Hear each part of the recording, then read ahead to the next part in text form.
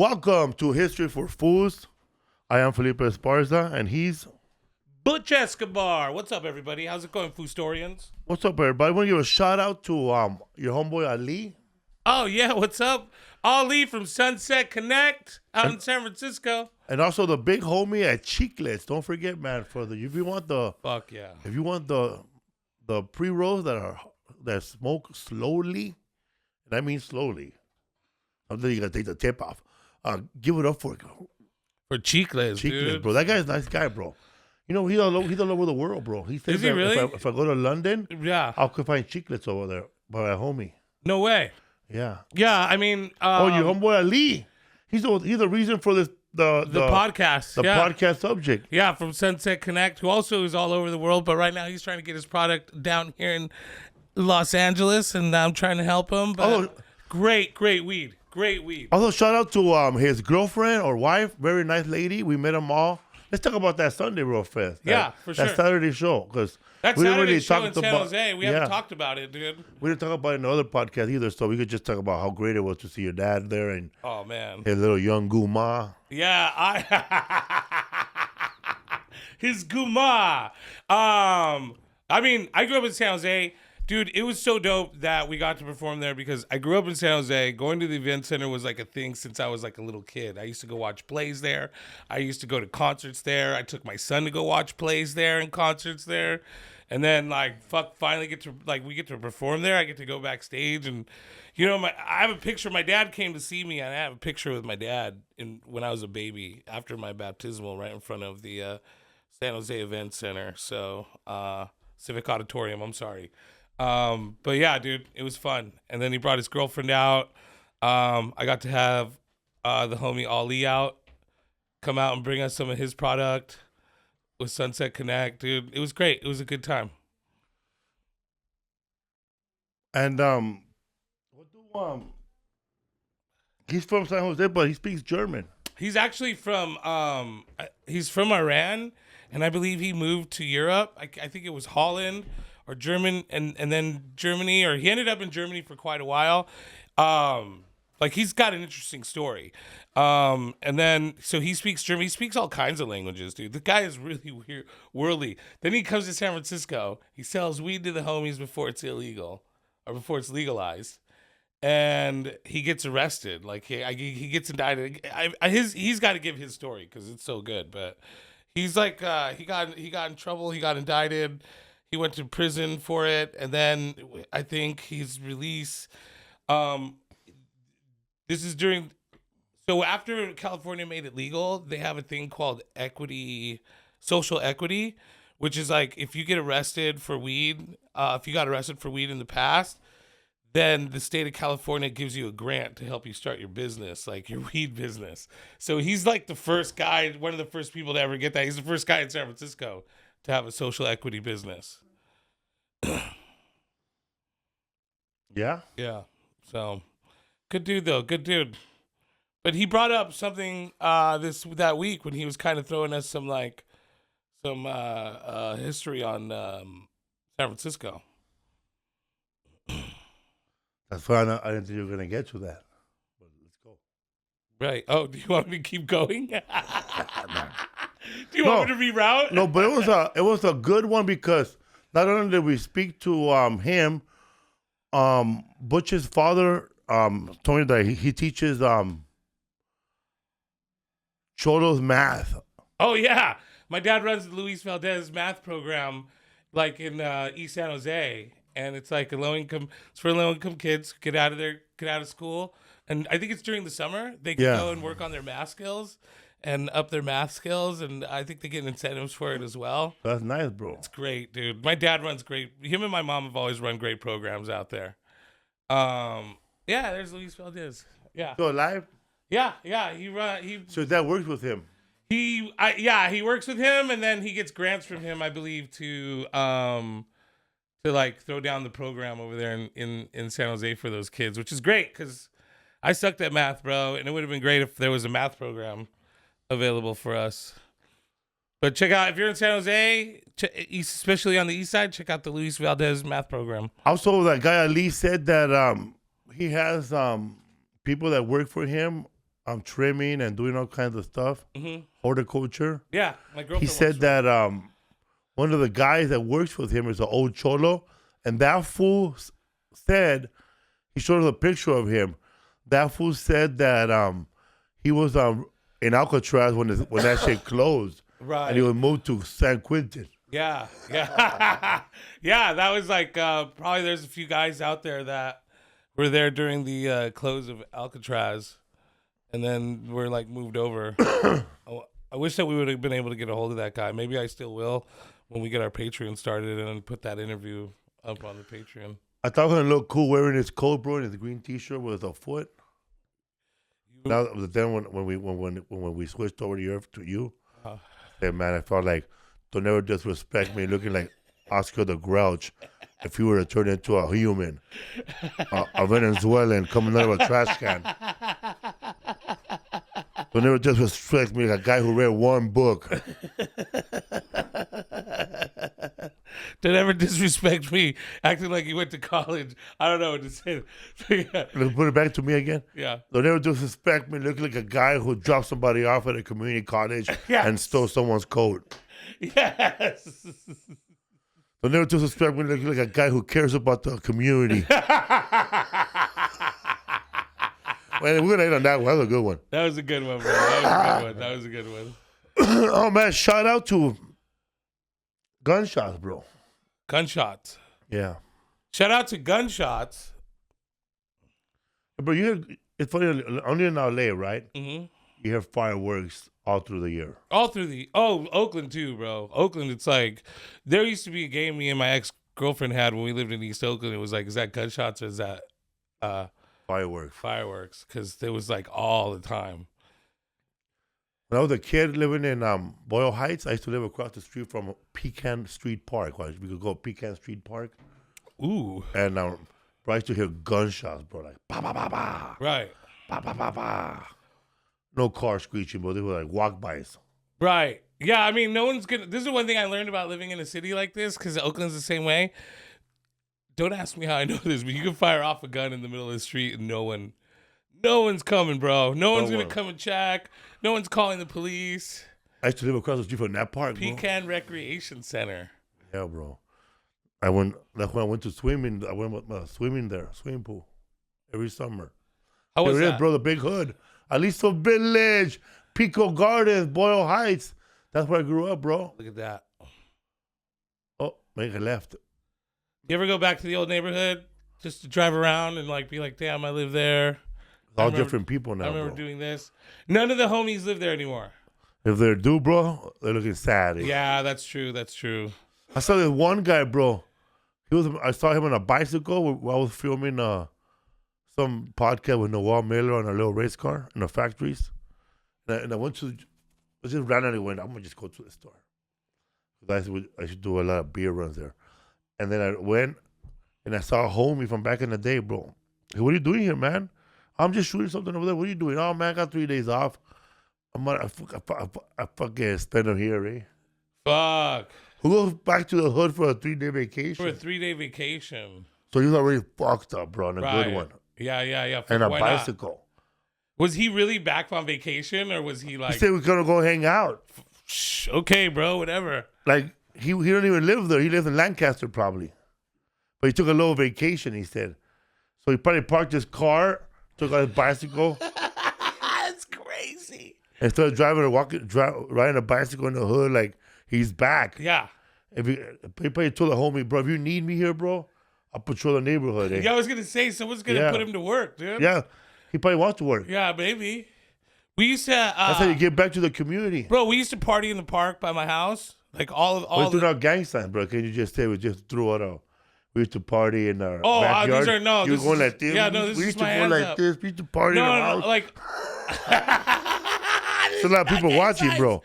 We don't have gangs. You don't understand, bro. Our two most popular podcasts is the fucking Debt Collectors and the History of Gangs. Is it really? Are those the two ones? The two biggest. Okay. And you're throwing out gang signs, bro. You're confusing everybody to show up for another gang podcast. Hey, just so everybody knows I'm not gang affiliated. And this is not going to be a gang podcast episode. No, it's not a gang podcast. It's not. But a gang we're gonna episode. gang up on your sister if you don't watch. If you go to watch another podcast.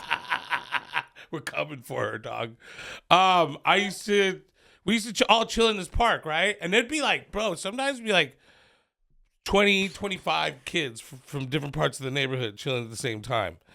And, and years pass, you grow up, you fucking do whatever, you get jobs. You don't fucking hang out in the park anymore, right? No. So one day, 25 years later, homie hits us all up, says, hey, man, I want to throw a barbecue. If anybody wants to go, we'll call it Southside Fest, because it was like on the south side of San Jose. And so fucking we had a barbecue, word spread. I think about 40, 45 people showed up that were from the neighborhood. There was one dude that was chilling there that I noticed was an old school guy from when we were younger. He was already older when we were younger. He was already in his 20s when we were kids, and he would buy us alcohol. He would buy us beer, shit like that. His name was Fonso. And so I see Fonso. I'm like, hey, what's up, Fonso? Shit, dude, I'm glad someone got a hold of you, dude. Fucking came out to hang out. And he goes, nah, bro, I was just chilling.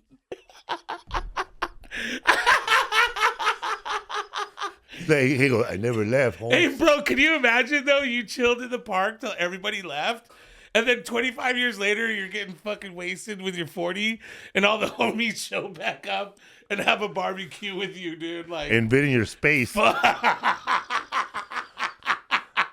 he was already there? He was already there, bro. He said we just rolled up and that he was just drinking that morning, dude. I was like, man, some of us never give up on this, bro. Dude. There's this park over there when I used to live on Temple, by that Diamond Street neighborhood, right? And Headhunters on Temple and Brunswick. I don't forget the name, but there's a park where it's 24 hours tennis. The lights stay on. You can go there and play tennis. Young high school kids, bro, drinking, dog. Yeah. Drinking. I was gonna say like dark ass Edgars, bro. Mullets, long hair fools. Drinking, bro. And there's bums around that area still hanging out, right? Right. But like, goes, man, how long are you gonna be doing this? But you go there right now, bro, a new generation of losers hanging Still out. there, bro, yeah. Chicks, too. Yeah. They're just pounding, bro. Pounding. Cops never go there. No. And everybody just playing tennis. Well, less now. Like, that's the thing. I don't know how it was in LA growing up, but when I was a kid, like, this is 2003. Okay. Yeah, so like when I was younger, bro, if we were chilling in the park, like I would say we could get away with it 3-4 days in a row, and then the cops roll up and kick everybody out. And then if you're drinking, they take you to a detention center for kids at night, and then your parents have to come get you. Temple and Glendale, bro. That's the street. But now they don't care. Cops don't give a fuck, bro. They're just letting people do whatever they want at this point. There was a lot of fools hanging out, bro. Did you do that? Were you like one of the kids hanging out in those corners, or were you? I didn't drink in high school. You didn't drink at all in high school, really? So your drug shit and all this shit that you went through didn't happen until you got out of high school? Yeah, in my college years, bro. Fuck. Even though I wasn't in college. I call it my college years, bro. But I was not in college. I would drink with my ex, my baby mama. Mm-hmm. That's the only one. Really? I remember drinking one time only. My friend's sister, Shally. Uh-huh. Is that her name, Shally? Yeah, her name is Shally. Her and all her girlfriends, they were all like in 12th grade, 11th grade. I was in 6th, 7th grade, 8th. They were all going to go drink, but I guess the mom told them to invite the little brother, right? They don't trust their asses. So we had to go. Mm-hmm. They're all high school, 11th, 12th, and they're bringing 7th and 8th graders. Oh, shit. Okay. I guess the mom's to keep an eye on them. Yeah, right. Bring your brother with you. Okay. Good idea. But fuck it, bro. We went with them. Uh-huh. They brought out a bunch of beers. I don't even know who showed up. But there was one chick, bro, with us.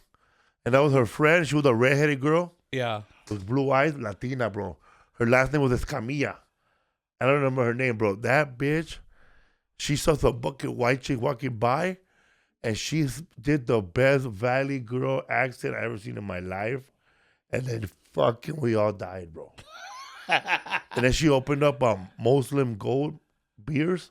Moose, bro. Oh yeah, Moose beers. Yeah, that's how old school they were. Oh fuck, that's right. They don't even make those anymore. Oh, Molson Gold. Molson Gold. Gold, dog. Yeah. And then they just popped it up, pop. Before I drank 4, I was like, "Oh man, could you do that white chick voice again?" What? And she looked at me. What the fuck, you fucking fat ass? You think you're rad? All right, you didn't say fat ass over there. Right? Everybody started laughing. Yeah, bro. right. Shut up, bro. She got good timing though, dude. That's for sure. I forgot her name, bro, but she had her. she came from a real big family. She was a redhead. Fucking hilarious, nice. bro. Love funny redheads. So yeah, man, I drank 9 beers that day. Wow. Is that like the first time you got ripped? Yeah. Because you I didn't. had a mean headache the next day. Oh my god, bro. We were mixing it up, bro. There it is, bro. Molson Golden. Golden, dude, bro. that's like the MGD of the United States. And we were listening to AC/DC and shit. And holy all those fuck, bro. You were wiping. It was like hanging out. around with the hot chicks from hey man. The great thing about dating these young chicks is I get old, they stay the same They age. stay the same age. That's how Yeah. these chicks were the cool chicks, bro. Yeah, fuck yeah, dude. But instead of hanging around with their high school friend, they're hanging around with us because their mom said. The mom made them do it, dude. Did it seem like they were having fun though? Bro, they were having a good time, bro. They were loud. Bunch of dudes showed up, wanted to hang out with us. They brought more beer. Ah, fuck yeah, dude. So we were in our own little corner after a You while, guys were bro. having fun, dude. We were dancing and yeah, man. It was like Dancing with myself. so I think that was the first time I fell in love with going to the beach and party. Oh yeah. Cause after that, bro, when I was like not doing so well, but I had someone would loan me their car. I go, "You want to go party?" I go, "Yeah, bro. Let's go party at the beach. Let's go to the beach. Let's go to Santa Monica, bro. 2 cases of beer, a bunch of weed, Could you get away with cigarettes. that on that beach, like at night? You could walk onto the. Hell no. I was gonna say, yeah. But we didn't know. Yeah. We saw it in fucking Point Break, so I thought it was all right. Right. So we went over there, dog. Fucking drank all the beers, bro. I remember one time I passed out, bro, in a lifeguard tower. He was waking me up, bro. I passed out in the lifeguard tower. He was waking me up, bro, with that red thing. Yeah. And I had with his little bubble. Yeah. And that he was. He didn't want to touch him, so he's poking him with his thing. Yeah, so I held on to it. Oh, I don't know. I was drowning. My head hurts. And it hurt. Yeah, I bet. I didn't let go, bro. You're trying to take Yeah. it away. Thank you. I made that fool pick me up, bro. That's fucking hilarious, dude. So, yeah, man. I guess that's when I fell in love going to the beach. Dude, we used to have, so we had the luxury. I don't know if you guys have these, and I haven't found them because I've been looking for them. But There was no luxury when I was a kid. when you go up the Highway 1, past Santa Cruz, in between Santa Cruz and San Francisco, there's a lot of beaches that are like super far down a cliff. And the cops don't really patrol those. So you could we used to sneak pallets down there, like, you know, like fucking they put food on and shit. And then we would have bonfires, like in the middle of the night that sometimes went to like 4 a.m. Sometimes the cops would fucking There's a bust beach us like though, that. and kick us out. But we used to have so much fun doing that, dude. There's a beach like that. Me and Lisa call it our spot, but I guess it's a no spot. But everybody pretty much parks on the side of the parking lot on the one. And Okay. they walk down, bro. Yeah. And then I've been looking for those. so me and Lisa will go there, man, but the surf is hard. Hard. You gotta know how to boogie board there. Okay. And the floor has rocks, so Right. everybody stays away. So you don't go in the water. You just chill out on the beach. So I call it our spot only because we used to go there, and I think that's the spot. That's that little hill where Chong is dressed up like a lady, bro. Oh, yeah. Because how could they put a bunch of equipment out there? The little hill. Because the little hill. And You there's can put all almost, your equipment right bro, there. those are so hard to It could find be here. a lighting guy right there like Yeah. this. Also, there's only one lifeguard tower. That's it. Okay. One. Okay. And people To find this. show up down there, bro, and they fucking, oh man, but you gotta watch out for that place. The fucking birds are vicious, dog. Oh, okay. Bro, you gotta watch your food. Really? This They dive bomb fucking it. Isaac was opening up his fucking also, man, there's a Ralph's, not even far away, bro. Like 2 miles away, you could buy a bunch of fried chicken and eat it there. That's the best, dude. Dude, that's the best on the beach, bro. That's what we were doing. So we bought a bunch of fried chicken from Ralph's and a bunch of wedges and a big coleslaw and just white bread. Yeah. And so this fool went like this, unwrap his breast. Bro, pelicans were looking and we didn't even notice them. They were ready to go, dog. Swooped in, bro, and ran away with it. They bro. knew what was about to happen. He ran away with it. And they knew it was a little kid. Was he a little kid when he did it? Yeah. He knew. Yeah, dude. Oh. Yeah. Also, bro, the other one, we were looking at him going like this, motherfucker. These fools took off with chips. Yeah. Well, they know how to open them now. Bro, so according to some like scientists and sociologists, birds used to be the dinosaurs. We're like those types of birds. The one they eat glass. Were like the killer they were like the T-Rexes and shit, dude. So like when you see them, wingspan is like this long. They're bro. huge. And he's like this, dude. Pelicans are fucking huge, and they're like I think they're considered an apex predator, meaning like they don't have anything that hunts them. And so they just fucking come in and take what they want, dude. I've watched them. The ones in San Francisco are fucking terrifying. Oh man, those fools. Yeah, look, I mean, there's evolution that shows it. While you're eating, there's that little one, bro. That little ass T-Rex. There's that little T-Rex, bro. Is there really? I think the pelican might be the little tiny one. Yeah. Because when you're eating, there's like at least 10 of them behind you just waiting, bro. Yeah. They're smart enough to attack you because you're human, you're strong. But leave shit on the floor. Yeah, they know how to get to you. Oh, dude. We get up. That's how crazy this is. We get up and we start walking to the beach. The motherfuckers start walking to our shit. Right. You turn around, they stop. Because they know our behavior patterns, dude. Like I said, they probably saw that he was a little kid and knew that he was the smallest one. They're like, this one right here with the sandwich. Yeah, man, so I cover everything up, bro. You have to, dude. And then even then, they know to pull the blankets off or... So that place, bro, is one of those places where you could still see a shitload of seaweed. Okay. Like all over. Out on the water. Yeah, that's like how secluded it is. Dude, that's fucking... See, that's what I've been looking for. And when you walk up the hill, it's off the road. It still looks like a picture of 1950s LA, like beach area with just the lights like that. Yeah. So like most of North Coast, Northern, or not, I wouldn't say North Coast, but yeah, most of the North Coast, but Northern California, and it's really not the Bay Area, is Central California, still, but like that whole area and Central California, Monterey, it's all coves. It's all like shit you got to walk down to. And then they have these huge tide pools with fucking little animals in them and then seaweed and shit. It's why your beaches stand out above ours, because you can just walk onto your beach. Did you find that beach? What beach? Oh, the one that he was talking about? Don't fucking find it. Don't find it. Yeah, you don't want people going there. I'm going to go. I know exactly what you're talking about. Yeah. Because I've driven by there. I'm fucking go check that out, dude. I knew that was I bet I know which one it is. By Ralph's. Yeah, because I thought it was the same thing when I It looks closed to everybody else who's nosy. Yes. There's so many beaches in LA, too, that look closed that are not closed. And if you want to surf an area, you got to go through there to swim to the good area of the circle. Right there, man, is where I almost broke my neck, bro. Oh, really? Yeah, I was trying to boogie board, and I didn't know that the waves come in differently. Bro, I do not go in the water, period. Smash the shit on me, bro. Like, I'll put my... Fucking Ray. Ray just called me a pussy, everybody. I will get my feet wet, but I'll be honest with you, bro, I'm afraid of jellyfish. Jellyfish scare the fuck out of me, dude. And when I found out that they just fucking float around, like, by themselves without any, like I didn't know that. When I was a little kid, I thought they were an exotic animal that lived in like off the coast of Australia. But then I saw them one day here as an adult, and I was like, this is like when I was really stupid. Like, I'm stupid now, but I was really stupid then. And I remember like looking in the water, I'm like, we have jellyfish here?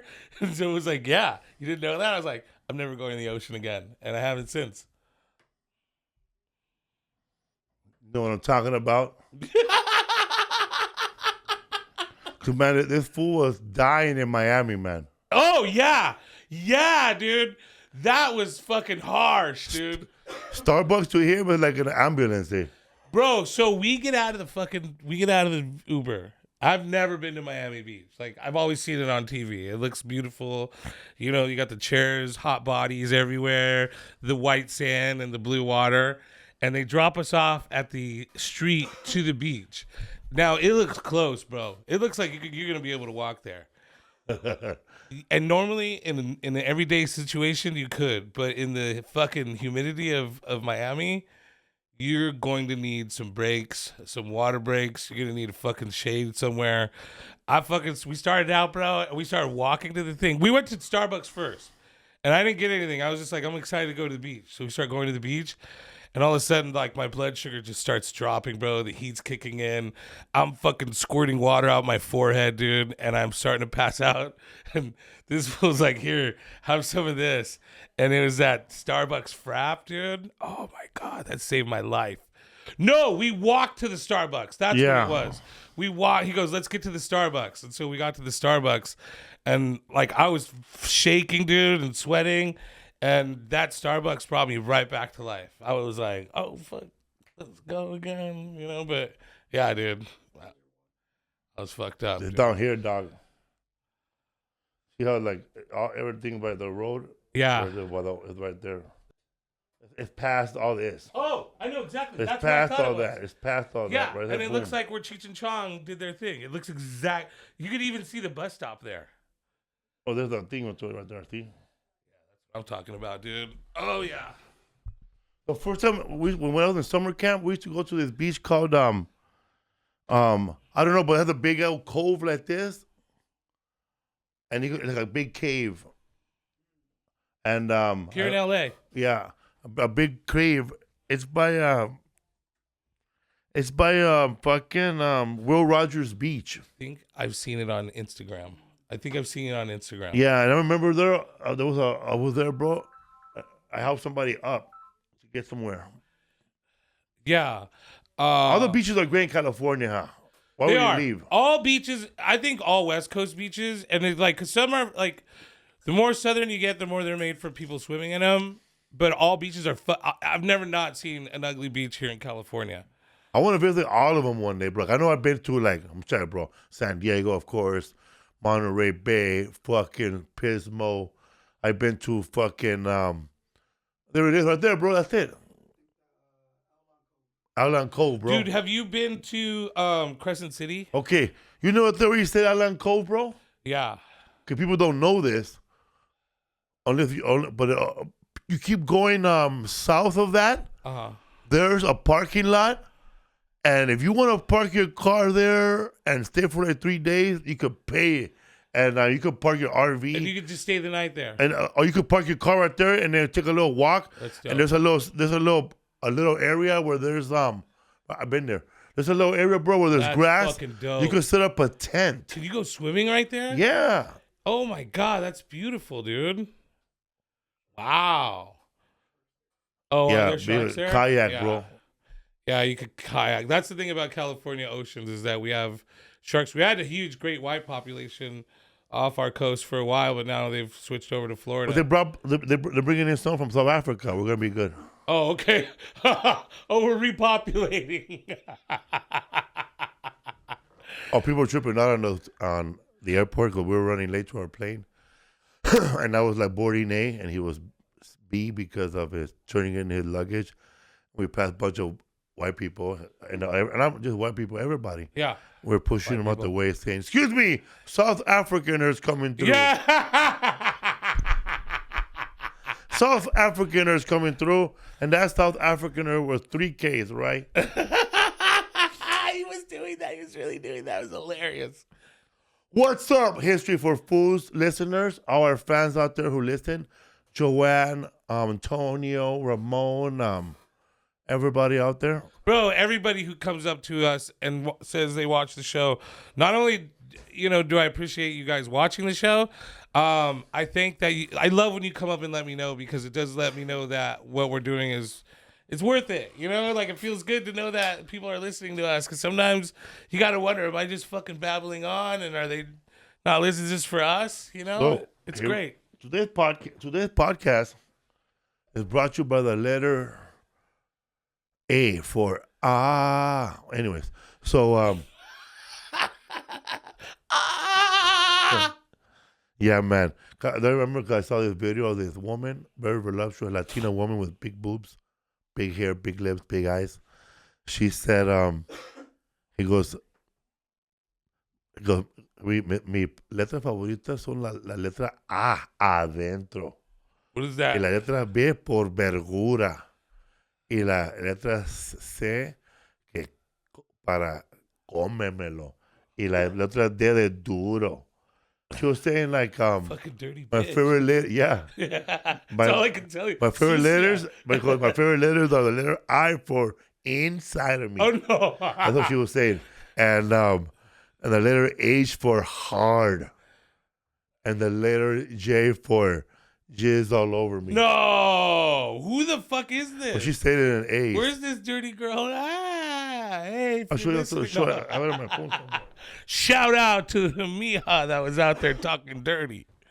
What's up, everybody, man? I wish I could find that video to show you guys.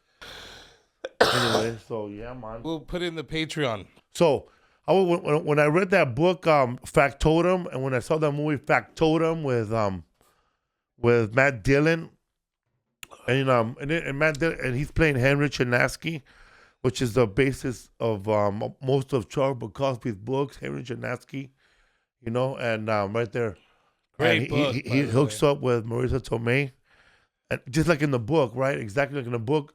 They meet a guy. They go meet this eccentric guy named Pierre, and Pierre, he has a bunch of alcoholic chicks living with him, and he's like rich guy, old rich guy, and he starts playing this organ. It's horrible music, right? It's beat up organ.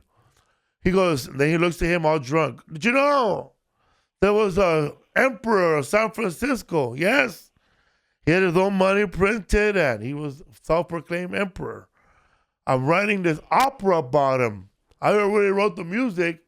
I was wondering, Henry, since you're a writer, would you like to write the libretto?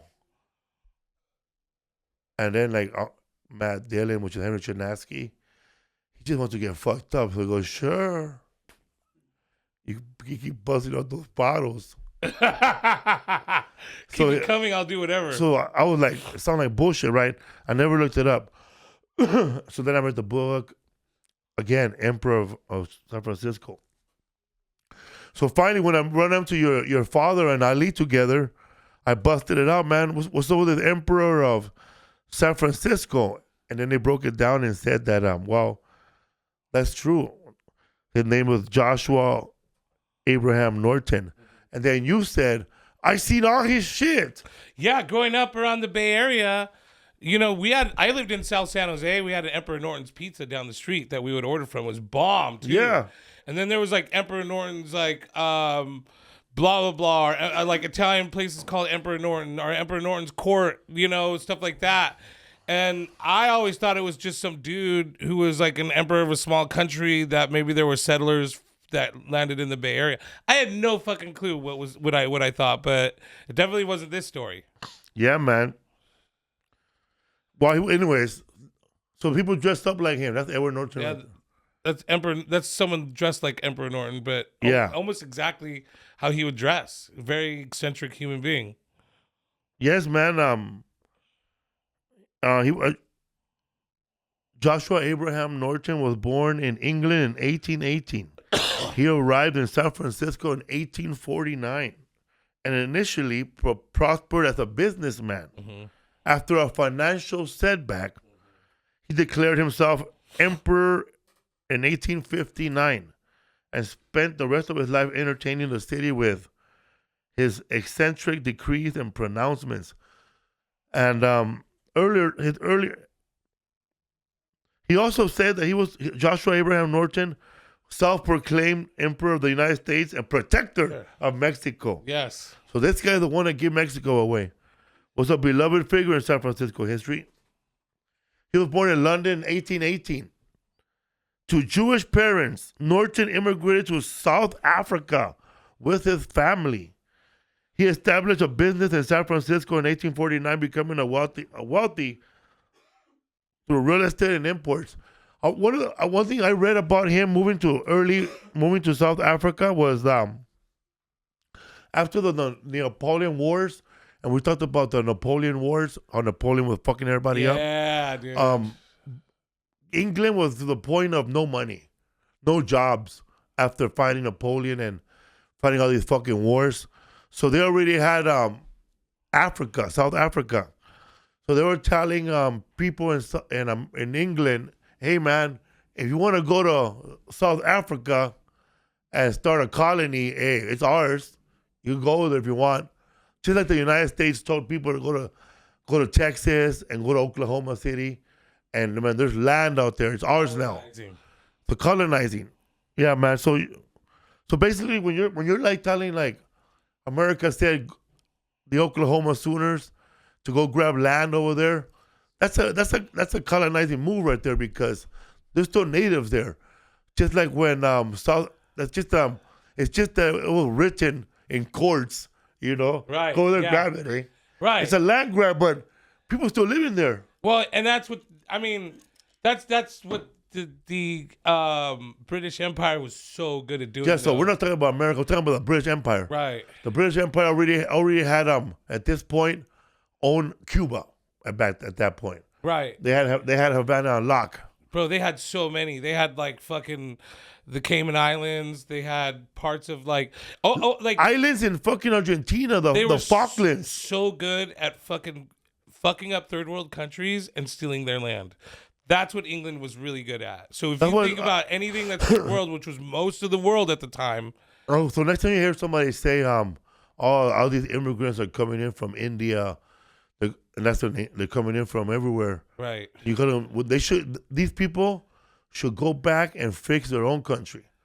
Okay, we'll go back, but give us back our minerals. Right. Give us back our gold. Right. Give us back our rubber. Right. Give us back our fucking unskilled laborers. Give us back everything that you took out of our country before we decided to leave. Right. Yes.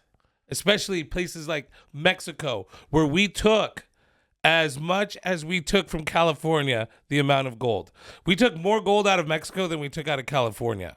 And if it wasn't for that, then when people say that Mexico would have money. Mexico would be a fucking superpower. Like people say El Salvador is so great, Nicaragua is so great, Guatemala is so great. Right. How come they don't just go back and fix their country? They don't have man, money. let me tell you about that, man. There was this little company called the fucking fruit company of the 50s.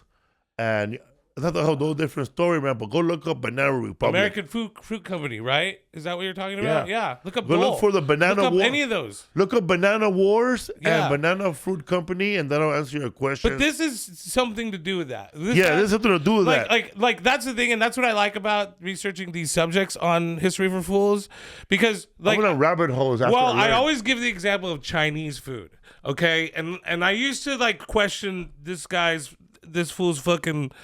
Like sometimes he would go, let's do this, and I'd be like, oh man, we're gonna have to do a lot to fill that hour on just Chinese food. Yeah. But to find out about Chinese food, and what we found out, we had to find out about the Opium Wars. Well, why did the Opium Wars happen? Because of silver. Well, what did that have to do with it? Because England fucking tried to starve out the Chinese, and then ended up getting them addicted, and then they starved out, eventually lost money, came to America. Only men to work on the railroads. And this is the significance, is that I used to think Chinese food, and I know we'll get back on the subject, but I used to think Chinese food was we look at Taco Bell and Americanized Mexican food. Yeah. It's gross to us, right? I thought Chinese people did the same, but no, it's part of their culture, because when they moved here, there was nobody to cook for them. There was nobody making their own food for these men. So they had to invent food products based on what they thought they knew from Chinese food. And so, but all that was fascinating. And I thought we were just going to do Chinese food. So when we're doing a subject like this guy right here, you start to find out why was England colonizing? Why were they in fucking South Africa? Taking all that ivory, bro. Taking all that ivory, dude. Taking all that fucking Rubber. ivory, all that rubber. Nigeria. They took so many. The French took so much rubber out of those trees, bro. The Europeans, once again, and I hate to sound cliche, raped the fucking planet in those years. Like raped and like when we're talking, oh, their colonies are just trying to spread their people out. No, they're not. There's a reason why those colonies were there. You know what's fucked up about this story is that when they were sending people to Cape Town, they were like, hey, it's gonna be great. They send farmers. They didn't want to farm. Well, they couldn't. Because they had like, okay, so that period of time, there was like a year of good rain that has never happened since and since before. So they send all these people there and it's green for like 3 months and they're like, we're going to plant farms here. Dude, 90% of that area is clay. This is what I found out in the research that I'm doing here. And 90% of it is clay, so they couldn't grow anything.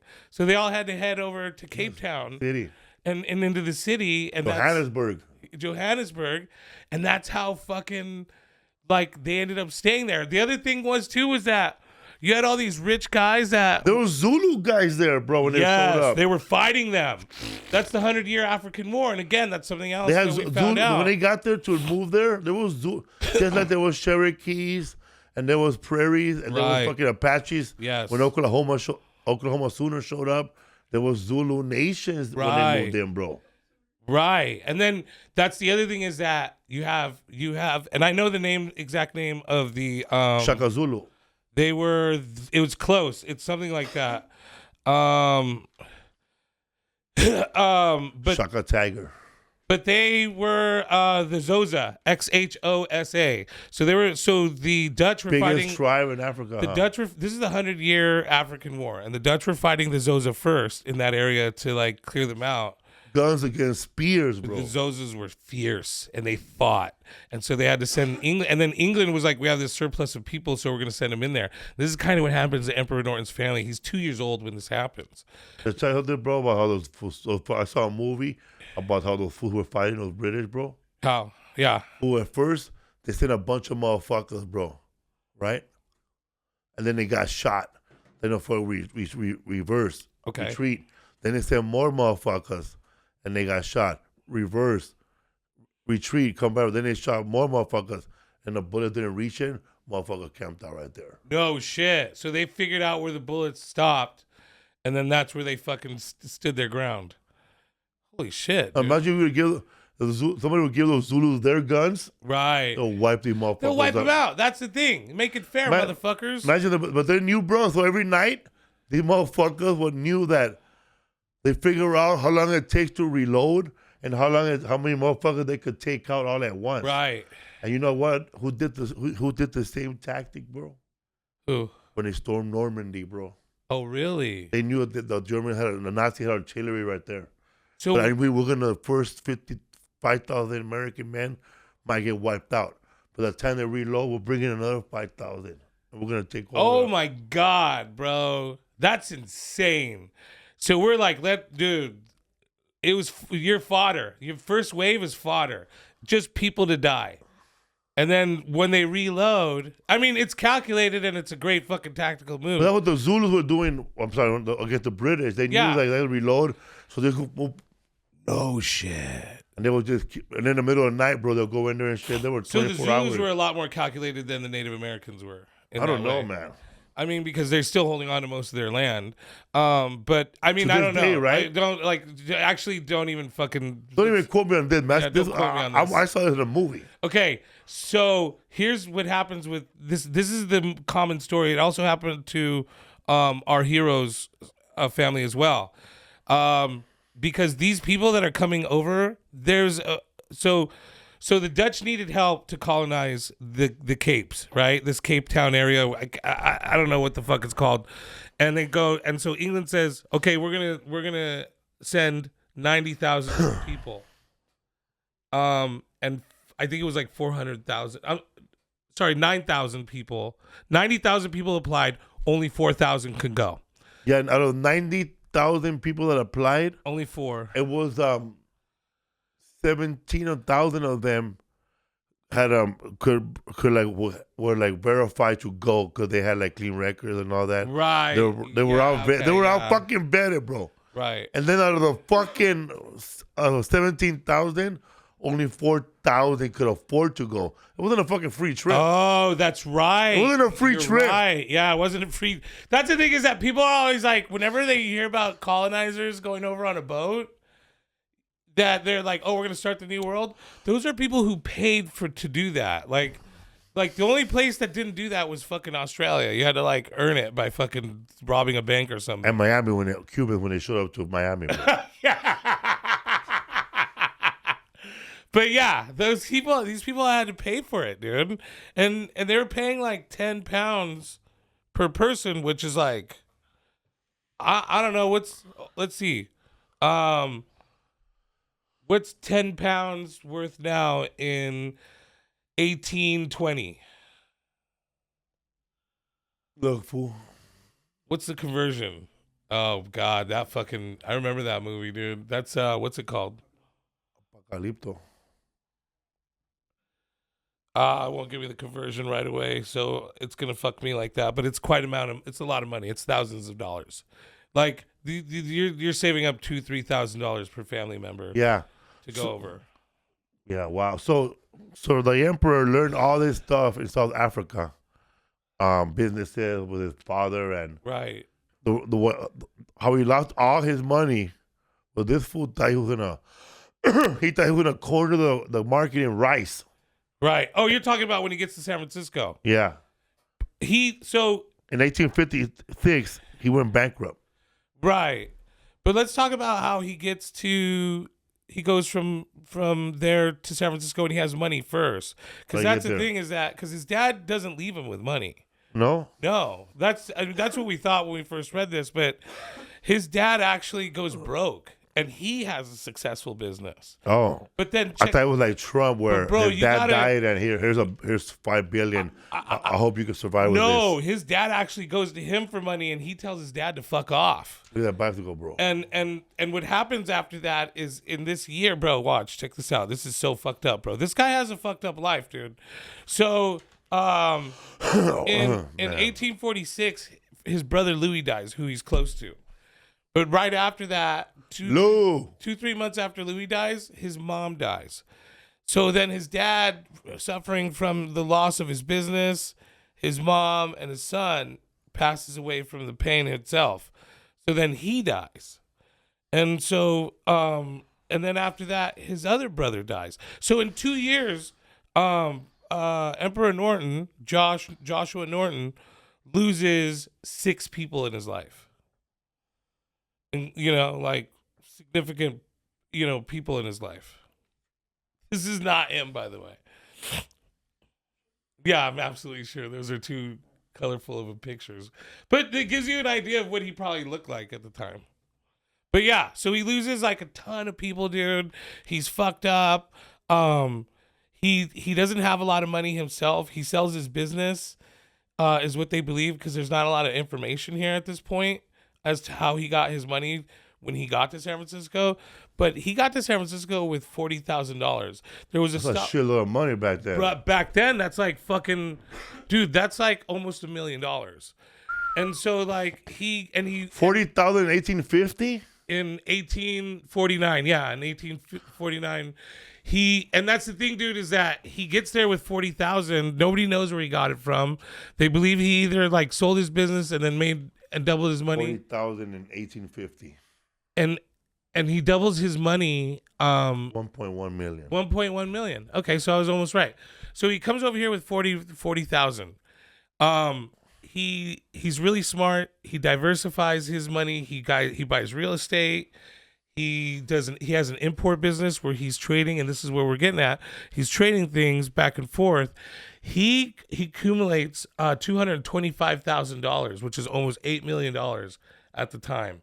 So he goes from 40,000 to $250,000 in a short amount of time in San Francisco. And then now the rice. Yeah, but he tried to corner the market in rice. Why? Was there a shortage of rice somewhere? China had a bad rainy year that year, and so they declared a rice shortage, and they said no rice was being exported out of China. And so this motherfucker was like, you know what I'm going to do? I'm going to buy up all the rice that's left in the United States or left locally, and I'm going to sell it at like top dollar. And he would have made if he had been able to do that, he would have had so much money that he would be able to control the market on all grains. Wow. And he would even be able to like cripple the United States with that. With the amount of money. Something I didn't know about Northern California, that we do grow a lot of rice. We grow a lot. Look up rice paddies in Northern Sacramento. And when I did a show back there, the guy was telling me how, as a little kid, he used to work the rice paddies. The majority of the rice in the world come from. Anyway, so I asked the guy, bro, what are these rice paddies for? Like for China, for rice? He goes, no, man, most of these are owned by Coors.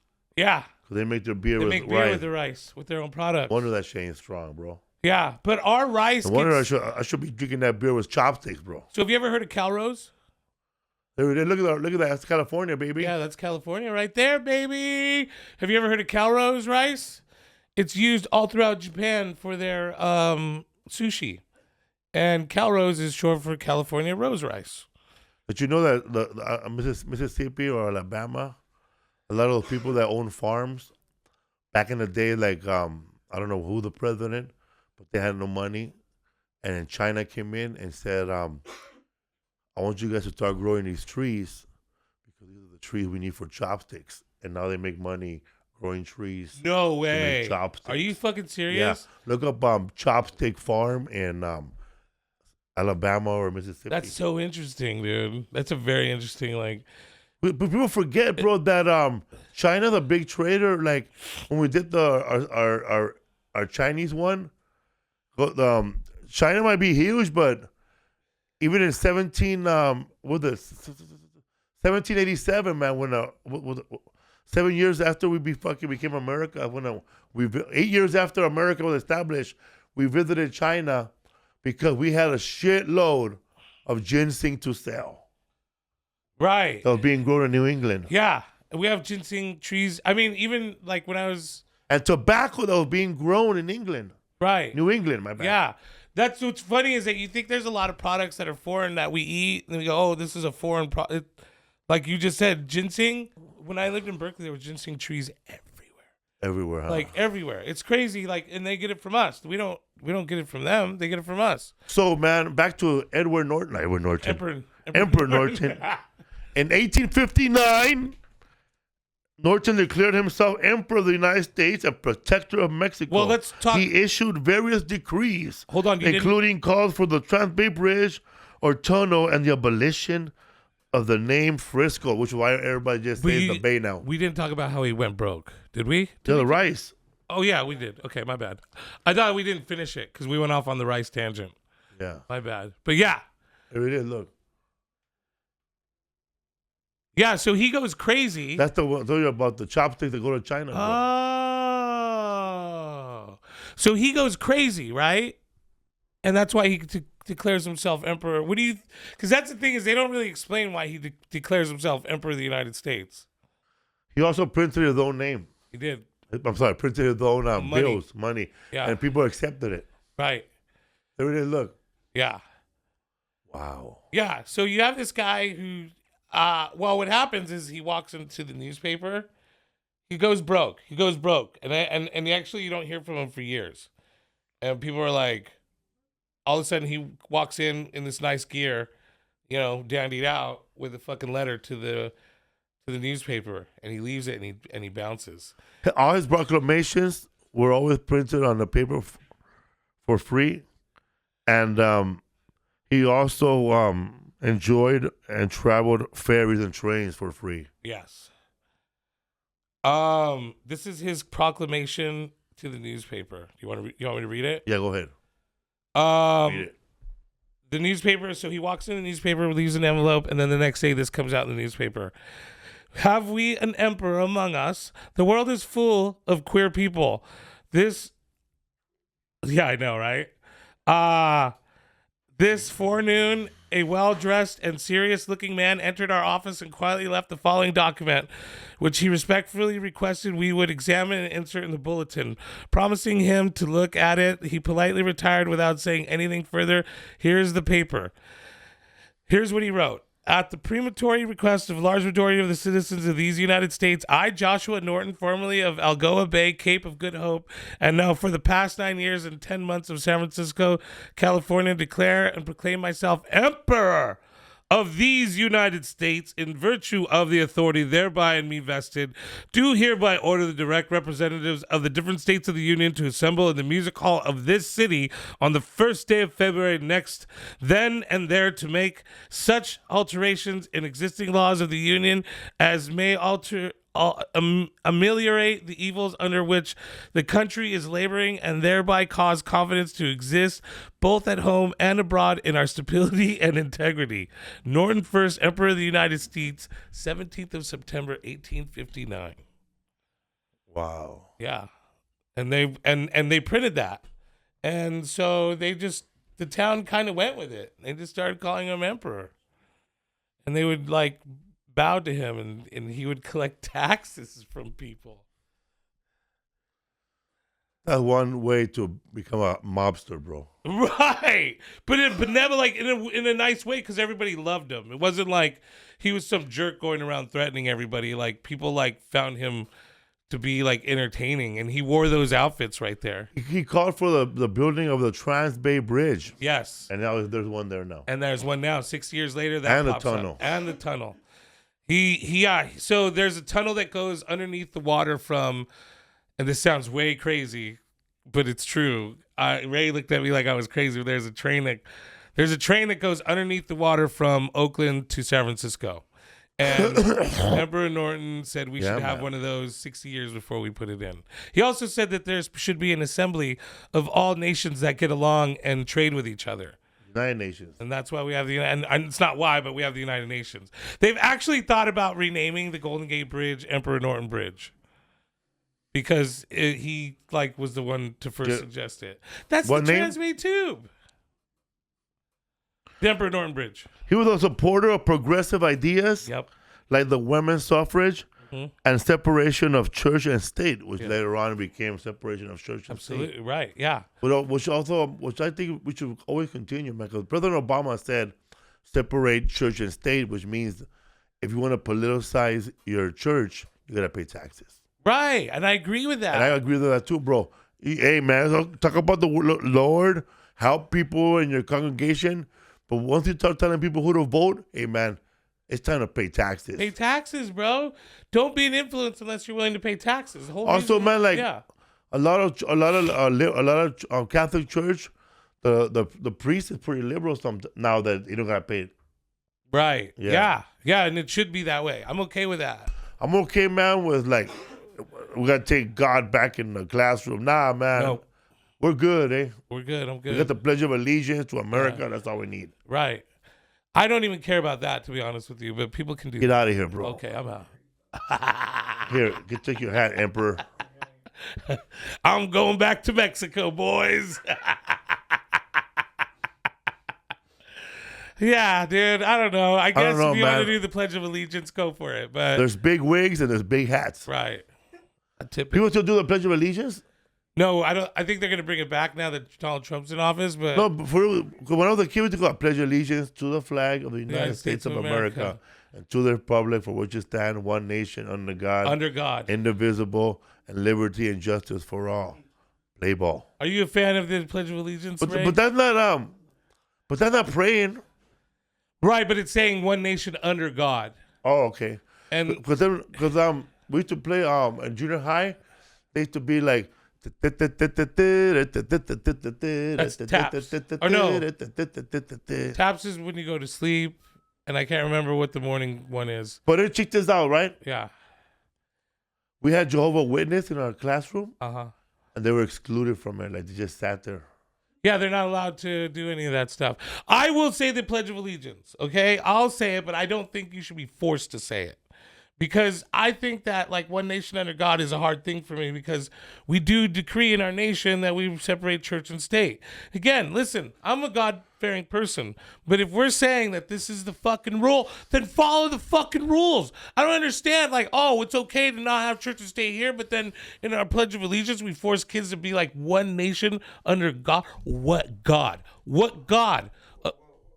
Exactly. Thank you. Your God, whoever God you believe in. I guess, and they believe in should, and maybe America. they should make that clear when they teach us that, but they don't, and that's what's pissing these fucking white people off in Oklahoma. They're like, fucking, we want our Pledge of Allegiance back because So they don't do that no more? Christianity. No. I didn't know that. Yeah, they got rid of it, but they're gonna bring I it haven't back. been to school in a long time. They're gonna bring it back. I haven't been to school in a long time. I haven't been in school in a long time. So your son Bobby, at his school growing up, they didn't do the. He did not do the Pledge of Allegiance. Oh wow! Especially in liberal ass fucking California where he goes to school. You know, but I think some states they still did it, and some schools they still did it. I know I'm gonna get a ton of shit for this in the comments. But yeah, no. You think if they were to bring back the classes that our fathers had, it'd be a better world? No. Because look at our dads. No, I'm just saying, like, because I was listening to the black dude one time talking. He said that when he was at school, they had a wood shop class, and he learned carpentry. And they had mechanics and electronics, right? Yeah. Right? And they had glass. You learn. Bro, I had metal shop, bro. I knew how to weld when I was in 7th grade. And yeah, you were telling me that. Yeah, man. That's crazy. a welder, bro. Wow, it's 7th I grade. have been certified. So by the those, time. okay, yes, we should. If you're talking about those, like trade classes. Yeah. So what happened was. Then yeah, fuck yeah, we So should have those. What happened was some liberal decided was how come they have those classes in the inner city, but white people are being taught history, fucking computers, and this and that. So then they got rid of all those classes, and we got the same classes like white people did. Right. But then again, when people graduated, they had no more skills. No. Well, we're facing that problem now. Is that we don't have a lot of tradesmen. We have a lot of kids that are going to college for bullshit things like fucking underwater basketball. So you're saying we need Emperor Norton back? Yeah. Oh, I definitely think Emperor Norton. I agree, though. Yes, we need the trades. We need trades, but we also need music. We also need educating people on history, sciences, mathematics, stuff like that. You know, I think it's one thing. You know, it's funny that we go, oh, well, we don't need trades at all anymore. Yeah, we do. And then now we're struggling to find people to do things like just fucking build houses or fucking bring planes in, for God's sakes, you know, because everybody was going for a college education. Do we need college educated people? Yes, stay going to college. But also, if you don't feel like going to college, enter the trades. Fucking, there's so many things you could do. But yeah, I think all that stuff should be. The thing that I thought you were talking about was like just the complete ignorance of how we're teaching our parents back in the day, like that the Native Americans didn't have it that bad, and they didn't make slavery sound as bad as it was. You know, when I was a kid, bro, our U.S. history book had a little bit of section of Vietnam, and we skipped it. See, why? We skipped it. We moved on to the World War II. We won, yay! Right? Don't you think it would have helped to know Vietnam? Don't you think it would have helped to know a little more about World War II in this podcast? Right. Well, and that's the thing, man, is I feel like, you know, it's like, what's the importance of knowing about Vietnam in your life? Like, really, there's not, right? Oh, my God, bro. But overall, humanity, we should know that we tried to fuck over a country. I saw this slavery movie one time in my classroom, and I swear to God, bro, it was not, I guess, if you want to say what woke is, this movie was not woke. Ooh, I love it. Not woke. Okay, what movie? A bunch of lies. What movie is this again? I think this movie was shot by Disney, but it was just showing a slave's life. All right? Oh, fuck. Is this an old school movie? Old school movie. No. An educational one. God, I love these. But it would just show this slave lady and her kid and her daughter and her husband, and they work in a slave house. And they show them making bacon. I think that's the one. I don't know. Yes, this is this. This is that. I think this is. But holy fuck! But this one, bro, when he gets whipped, birds fly out of his back. Mr. Bluebird on my shoulder. It's a smack. His song of the South about a slave. Yeah, dude. I think it's about slavery. They're trying to say it's not, but It's about the Civil War, or it's a Civil War era thing. That's slavery. The whole fucking Civil War was about slavery, you guys. But see, what happened was this. What happened, bro? When remember when people say, well, the Democrat, it was the Republicans who freed the slaves. Yeah, they did, and it was the Republicans who did the right. Yeah, they did. Right. But also was oh my God. Yeah, it was the Democrats were the slave owners. Yeah, they were. Right. But it wasn't until when the Democrats came up with the fucking civil rights bill under fucking Lyndon B. Johnson. He signed it. He was a Democrat. But the whole South Democrats, they were totally against it. That's when they made the switch to Republicans at that moment. When L.B. Johnson signed the civil rights bill, right, all those people that were Democrats, they became Republicans. And after they became Republicans, there's this big shift on making the South friendly. So then 10 years later, you get the Dukes of Hazzard, stories about the South where they're trying to make the South really friendly, And then there's movies like that, to just help you forget that the South was fucking where it all started. Because the Democrats now are the good ones. Soften the vibe. So you gotta let them know that.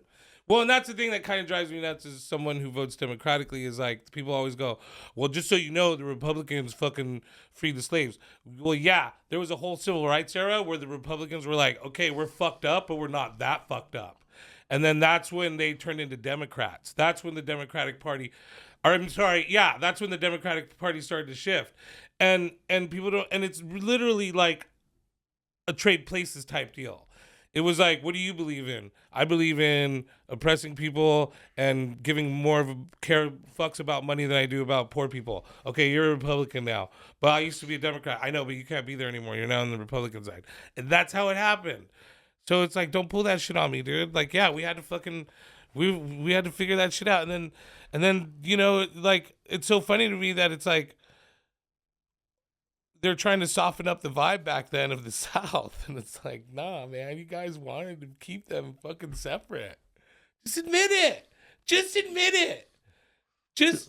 admit we fucked up. Like, that's all we want you to, I think that's all anybody wants you to do, America, is just be like, American white people, I don't know who to talk to, bro. Because whoever's getting mad, just be like, you know what? We had slavery. We did it. We fucked up bad. Oh my God, that was bad. We can't give you guys money anymore because it's been too long. But you know what? Come to school with us. We'll tell you how it went down. What's wrong with that? Why can't we learn about slavery anymore? I don't understand that, dude. Cause not all white people, but some white people feel like they've done so much damage and they feel so guilty that those fools think that we're all gonna take revenge one day. We don't care either. We're not. We don't, it's too late. We don't want revenge. Yeah. We just want equality. I just want what you have. I want the same. It's funny how when they get rid of these fucking social programs, I figure out why, bro. Because Democrats, they want to help everybody, disability. Okay, they say, just say Medicare. Democrats feel like every American should be allowed to have Medicare. And Republicans say, man, there's some people out there who don't deserve the fucking Medicare and they're abusing the program, and we got to get rid of all this shit until they get it right. So people that's the thing, this is what's crazy I know, to that's me, bro. Crazy, is right? that people have Did to I break it down right or no? You totally did. And here's the thing, man, before Republicans... Because Democrats say everybody is allowed to have Medicare. Right. Republicans say there's three fools out there who don't deserve it, but they're getting it, and we got to end this right now. Sure, it saves mothers and children, but there's people ripping us off, and we need to end that first. Here's the thing. First of all, they all live in Hollywood. I'll be fair to Republicans because I know that we have Republican viewers. And I don't want to piss you guys. I don't want to turn this into a political thing. Both parties care about lives, but both parties have a different I feel Republicans feel like they could save lives with money, and I feel like Democrats are saying money's not important, lives are most important. And I think Republicans are saying, well, you can't save lives without money. And so it becomes that battle. And so I just want to be fair, but yeah, it does not make sense to me to say, look, there's 10 guys ripping off the whole system, but it saves 100 moms and children. I'd rather 10 guys get away with fucking $300 a month in free groceries. Let me tell you what happened, bro. I'm going to break it down to you, bro. I'm going to break it down to you, bro, how? One time I was making beans in rehab for a bunch of people. Right. And I put like too much garlic. Okay. You know what I did? What'd you do? I opened up 5 cans of beans and covered it up.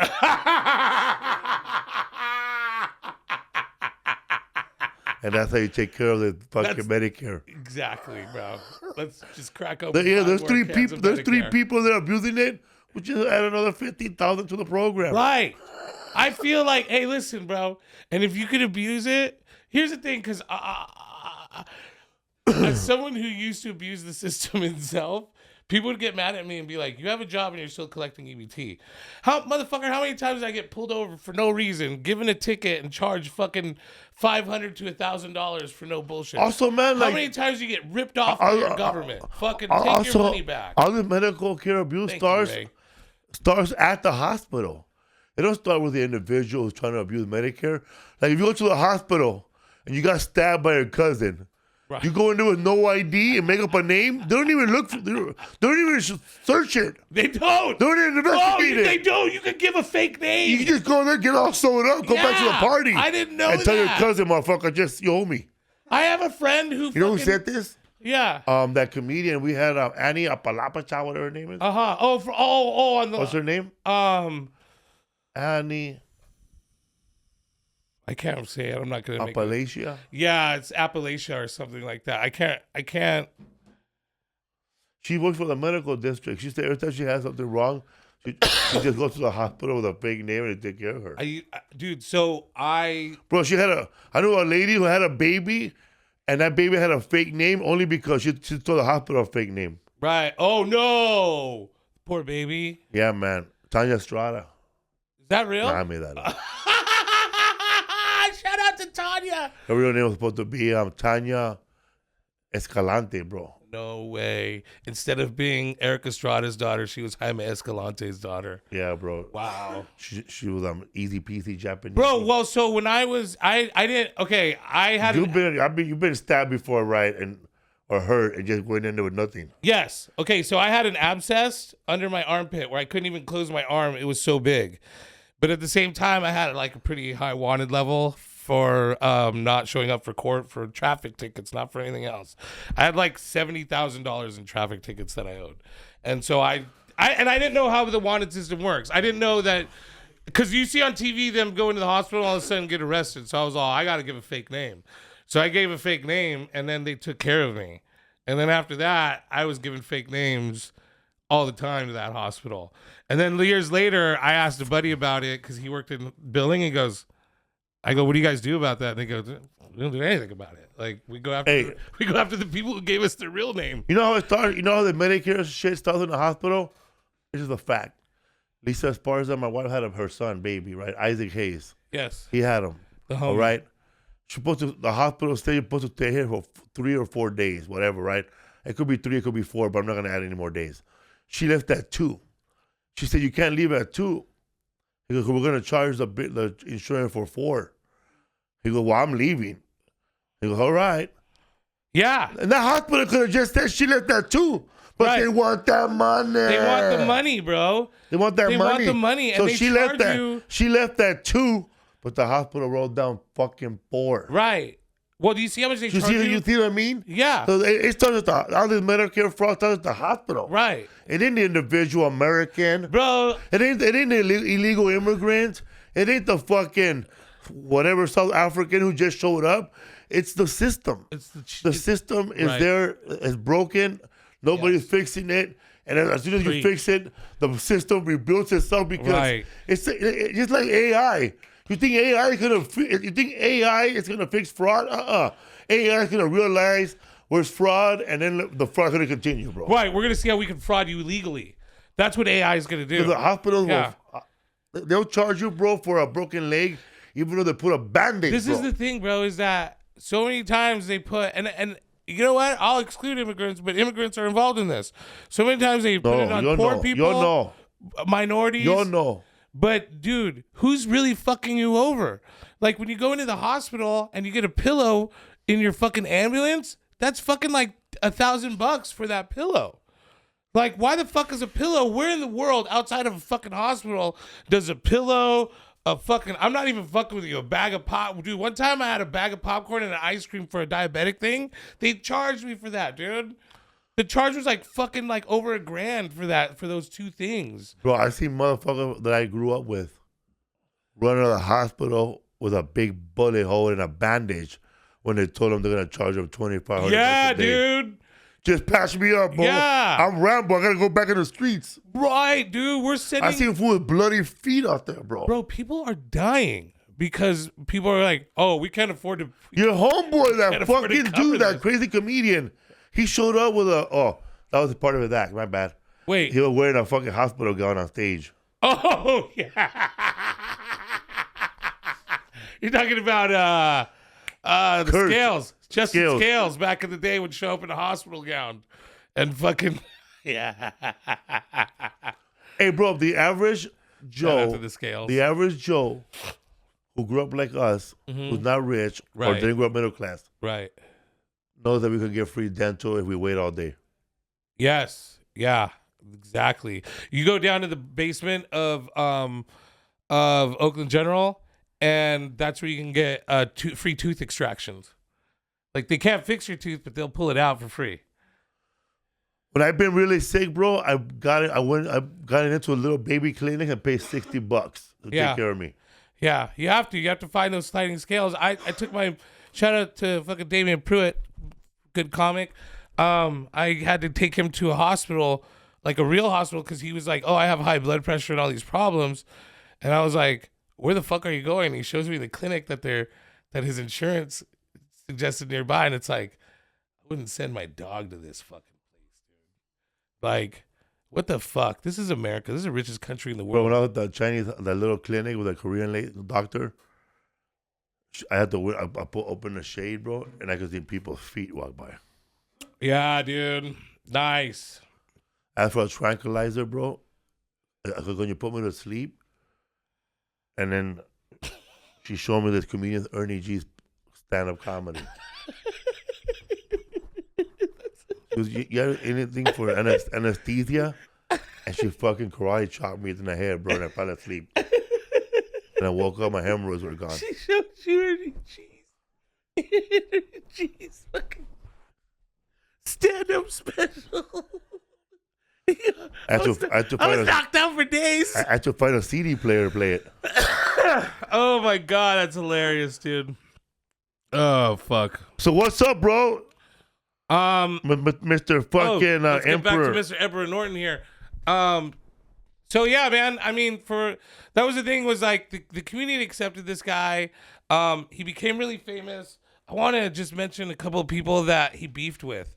Because back in these times, there was no internet, there was no TV, there wasn't even really radio that was reaching all these people. So, like, entertainment was super local. And there was two people that Emperor Norton would kind of beef with, and one of them was George Washington II, who claimed he was George Washington's son. Oh my God, another one? Yeah, George. Shut up! So George Washington was planning to leave to DC anyway, but Emperor Norton decreed that he be banished from San Francisco, and so because he was sleeping with the same girls that Emperor Norton was trying to hook up with, but Emperor Norton was more popular than Oofty Goofty.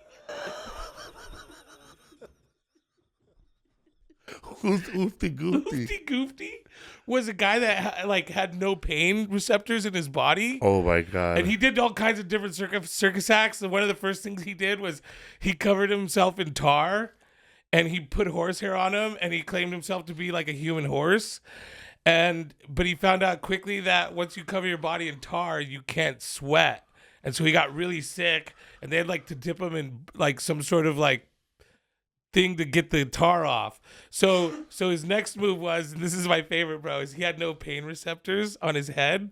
So people paid to smack him over the head with a fucking baton.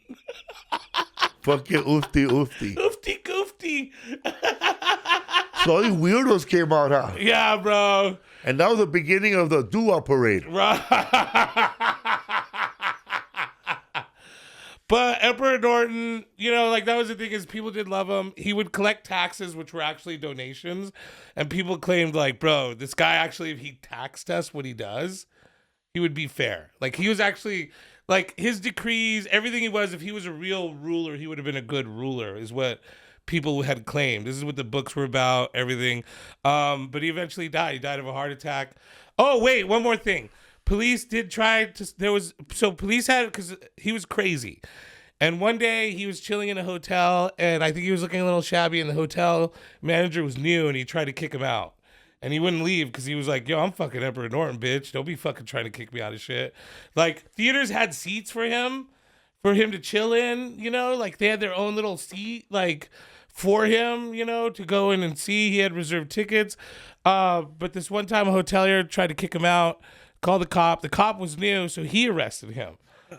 By the time he got to the fucking jail, the whole city was up in arms, so they had to release him.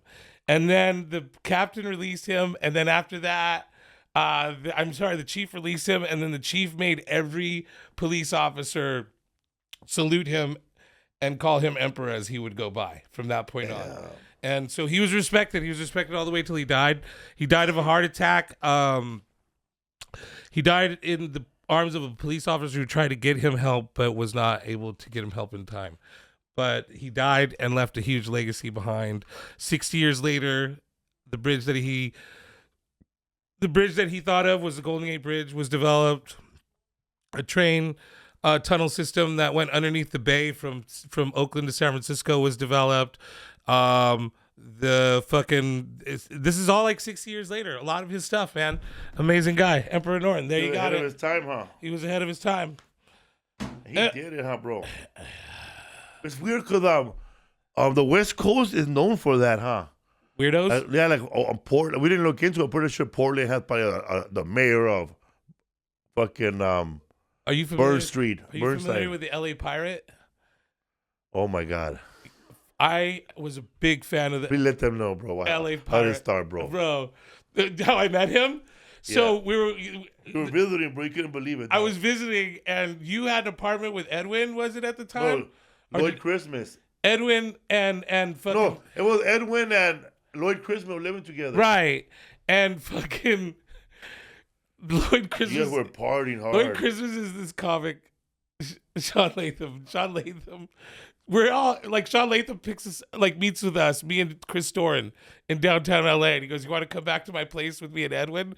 And we're like, "Yeah." And on the way there, we meet the LA Pirate, and he's this black guy with an eye patch. Look for Ricky the Pirate and a pirate hat, and like he's selling stuff too, bro. There's only 8x10s. Yeah, he sold 8x10s, and he had art of him chilling in front of the LA River. Yeah.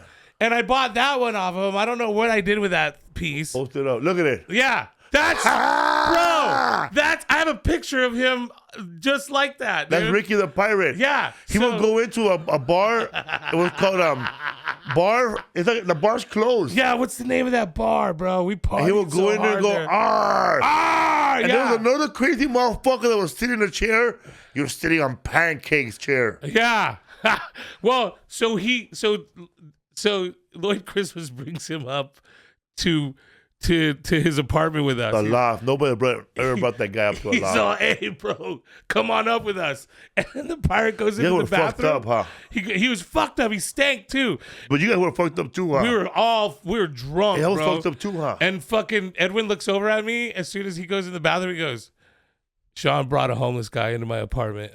I was like, I thought he was famous. I didn't know who this guy is. Yeah. So you guys had the LA Pirate. Yeah, look at him, bro. He was a legend for a while, man. Ricky the Pirate. Everybody would take photos of him. This is like 08, 07, 04, 05, 06. Yeah, 07. dude. And that fool, like, honestly, man, if you wanted like crack, he'll get it for you. He would. Yeah, the guy was he was a good guy. I love that guy. A lot of the hipster artists of the art district of that era of 04, 05, 06, 07, 08, they have pictures of him. And bro, there's a photo shoot. Look for Ricky the Pirate photo shoot. And bro, they pay that fool in crack or something, bro, because he's like smoking on the side crack. No way, bro. Fuck yeah, dude. Yeah, they have, we still have that. We still have legends. In San Jose, there's Birdman. There's the Birdman, too. That's right. We have the Birdman of San Jose. Shout out to Birdman, who also came out and see us. He walks with a parrot.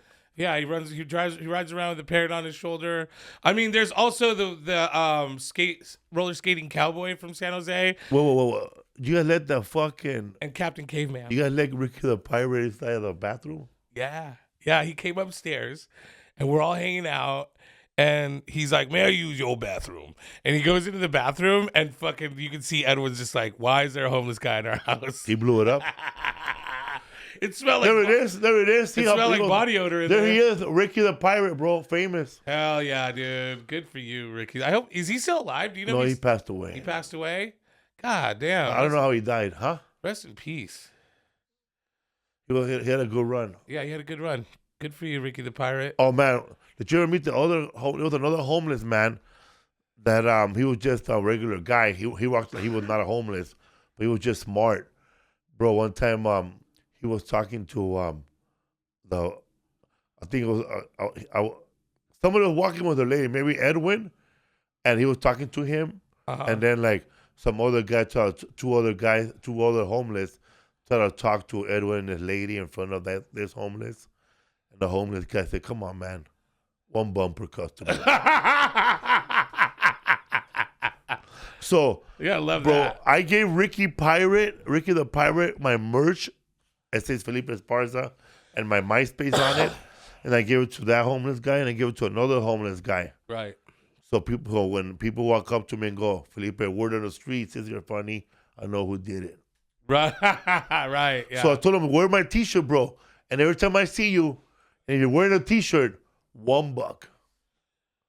Oh, shit. So every time I see him, bro, you wear my T-shirt in downtown, $1. Right. But it was funny, man. You got to let that Ricky the Pirate in the bathroom, man. Yeah, he was in there probably taking a dump going, "Arr!" I'm sorry. I would never have myself. And, like, I think we're just all wasted. And I didn't know he was, like, homeless at first until we got in the elevator together. I'm all, oh, this motherfucker's homeless because he smelled like shit and body odor. Homeless people have a certain odor to them. And, and I was like, man, this guy's going to fuck up the bathroom. Yeah, man, he was Ricky the Pirate, dog. Yeah. R.I.P. And he did just like, he had the loose shirt like a pirate sometimes. Yeah, he dressed like the whole gamut sometimes. And he wore the hat. Like, I think he was allowed at every club. I ain't gonna lie. You could drive down the street in L.A., stick your head out the window, and like, bro, because sometimes we'd go looking for him, we go, "Arr!" And you could hear him like 2 blocks away. "Arr!" Also, bro, there's a fucking pirate of Morro Bay. Is it really? And he plays a conch shell every hour. No way, dude. I gotta fucking go see that. See, I think that's what I might, if I don't make it in comedy, bro, I'm gonna be like the Viking. I'm gonna be like the Viking of a city. Like of Poulsbo, like Washington, or fucking Pirate Steve, bro, of Morro Bay, bro. Pirate there it is. Steve. He plays the conch shell, bro. He's not homeless though. And he had a ship, right? He had a ship that takes people out to eat, right? And one time, bro, there was this fucking biker that showed up, and he was late on his day, like he didn't plan a trip. Right. He goes, "You have room for 2 more mateys?" And that fool said, "Brrr," and the boat was taking off, bro. I don't give a fuck about you. Bye. Oh, we're not the same, you and me. I'm a pirate. You're a biker. Also, man, in Venice Beach, there's a famous guy too, bro. The guy, there was the guy in the beach cruiser, some buff ass fool. Oh yeah, and that fool said he has a sign saying no pictures. He wants you to pay $5 for a picture. Get the fuck out of here, bro. I'm gonna take your picture. So for the pirate, he had 8x10s that somebody printed for him, and he will sell them. See, that's cool. I get that. But if you already know you're a celebrity and you're trying to sell your shit, especially if you have money, the pirate didn't have no money, bro. I didn't mind giving him $10 for a piece of art, but I'm not gonna give that buff guy shit. It was like competition for money in the homeless area, huh? Yeah. Yeah, there is. If you go to Venice, bro, it's always like someone rolling up on you, like back in the day with like CDs and shit. Oh, I But hate those guys. It's the same shit. Oh, there he is. Who's that? No, Who's that? I don't know who that is, but it's a bald, buff guy. I think you're talking about, right? What's up, everybody? History for Fools. Did you have fun? I had fun. Who do you got coming up next? I'm coming to the I'm going to Albuquerque Tech. I'm going to a lot of places, bro. Check it out. Look. I'm coming June 7th to Tulsa, Oklahoma. Nice. Tulsa, Oklahoma. See you there. June 13th, Reno, Nevada. June 14th, nice. Fresno. June 21st, South Juanita, Arizona, Desert Diamond Casino. July 12th, Albuquerque. August 2. I'm off, bro, from July 12th to August 2. Wow, it's a long time. I guess I'll be in Amsterdam. August 14th, Irvine. August 15th, Irvine. Those are all Irvine shows. Nice. All right, dude. Well, thanks for watching again. We love you guys, and we'll see you next week. We'll see you guys, man. Boom, boom, boom, boom, boom.